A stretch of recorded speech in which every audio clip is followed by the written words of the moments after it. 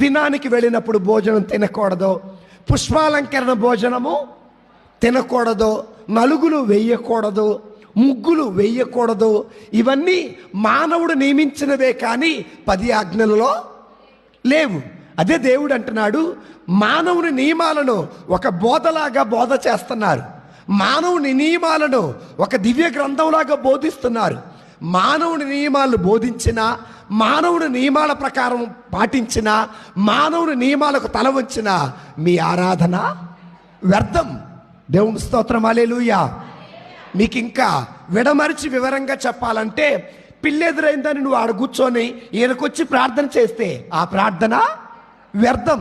విధవరాలు ఎదురయ్యిందని ప్రయాణం ఆపి ఇంట్లో కూర్చుంటే ఆ ప్రార్థన వ్యర్థము.